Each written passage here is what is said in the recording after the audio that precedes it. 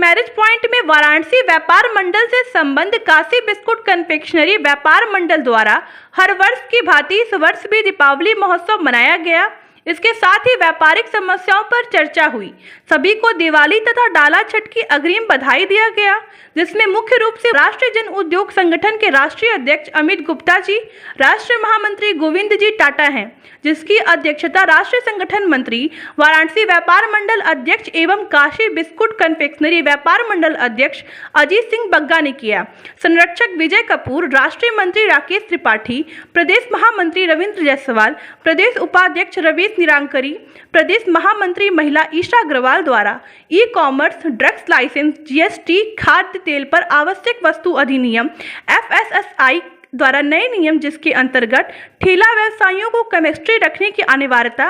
निजीकरण, निजी क्षेत्र में आरक्षण आदि औद्योगिक व व्यापारिक विषयों पर चर्चा करते हुए सबसे पहले ई-कॉमर्स कंपनियों पर हमला बोलते हुए कहा कि ऑनलाइन व्यापार कंपनी द्वारा जिस प्रकार फूटकर एवं खुदरा व्यवसायियों को जड़ से समाप्त करने के लिए प्रत्येक तीज त्योहारों में लुभावनी बड़े बड़े ऑफर अखबारों में विज्ञापन कर जनता को अपनी ओर आकर्षित कर रहे हैं, जिसका असर फूटकर एवं खुदरा व्यापारियों पर पड़ रहा है। राष्ट्रीय संगठन मंत्री एवं वाराणसी एवं काशी बिस्कुट कन्फेक्शनरी व्यापार मंडल अध्यक्ष अजीत सिंह बग्गा तथा वाराणसी व्यापार मंडल महामंत्री रविंद्र जायसवाल ने सभी व्यापारियों को दीपावली की शुभकामनाएं एवं डाला छठ की अग्रिम बधाई देते हुए कहा कि ऑनलाइन व्यापार से सभी फुटकर एवं खुदरा व्यापारी ही नहीं, थोक व्यापारी भी परेशान है। सबसे पहले अपने घर से ऑनलाइन व्यापार का बहिष्कार करना होगा एवं इनका मुकाबला करने के लिए हमें आपसी प्रतिस्पर्धा को भूलकर आसपास के जनमानस को बढ़िया एवं उत्तम सामान को ऑनलाइन के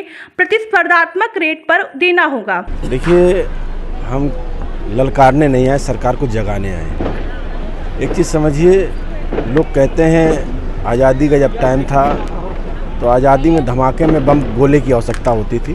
आज हम बम गोले की आवश्यकता नहीं है। लोकतंत्र में हम अपनी आवाज़ को, जो अधिकार हमको मिले हुए हैं, उसको समूह के रूप में एकत्रित होकर जो जन भावनाएं हैं इस देश के खुदरा व्यापार की, उसको एकत्रित करके सरकार को चाहते हैं कि इस व्यापारी समाज ने आपको नोट दिया है, वोट दिया है,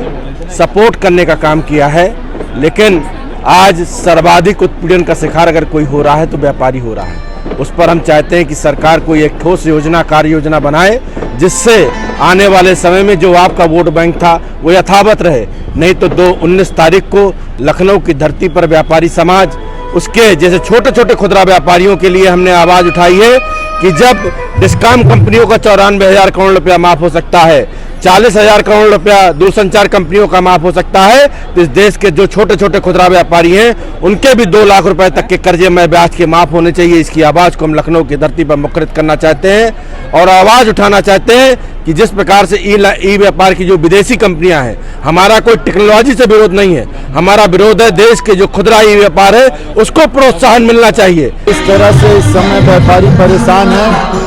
और ऑनलाइन बिजनेस से व्यापार चौपट हो गया है। जीएसटी में बहुत सी कमियां हैं, मकान किराए पे लेने के नए नए नियम हैं, फूड सेफ्टी एक्ट के नियम है, जूता कपड़े पे टैक्स बढ़ा दिया गया है,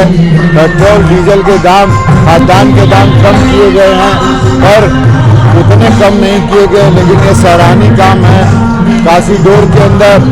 विदेशी कंपनियों को संचालन दिया जा रहा है, जिसका हम लोग विरोध करते हैं और यहाँ की दुकानें स्थानीय लोगों को ही मिलनी चाहिए, दूसरे को नहीं मिलनी चाहिए। गुजरात वगैरह, पंजाब वगैरह, बंगाल के लोगों का इस पर कुछ नहीं होना चाहिए। और क्या हमारे काशी में विद्वानों की कमी है क्या, कि जो दिक्कत है? तो हम लोग इन सब चीज़ों के विरोध में 19 तारीख को लखनऊ में एक सम्मेलन करने जा रहे हैं, जिसमें बनारस से मातृशक्ति को मिला के कम से कम 300-400 लोग हम लोग यहाँ से जाएंगे और अपनी आवाज़ को बुलंद करेंगे और सरकार को जगाने का और सुझाव देने का काम करेंगे। तो सरकार को सुनना ही पड़ेगा ना। छोटा व्यापारी दे, लोगों में चंदा छोटा व्यापारी बांटे, देश को चलाए छोटा व्यापारी और सरकार छोटे व्यापारी का देश है।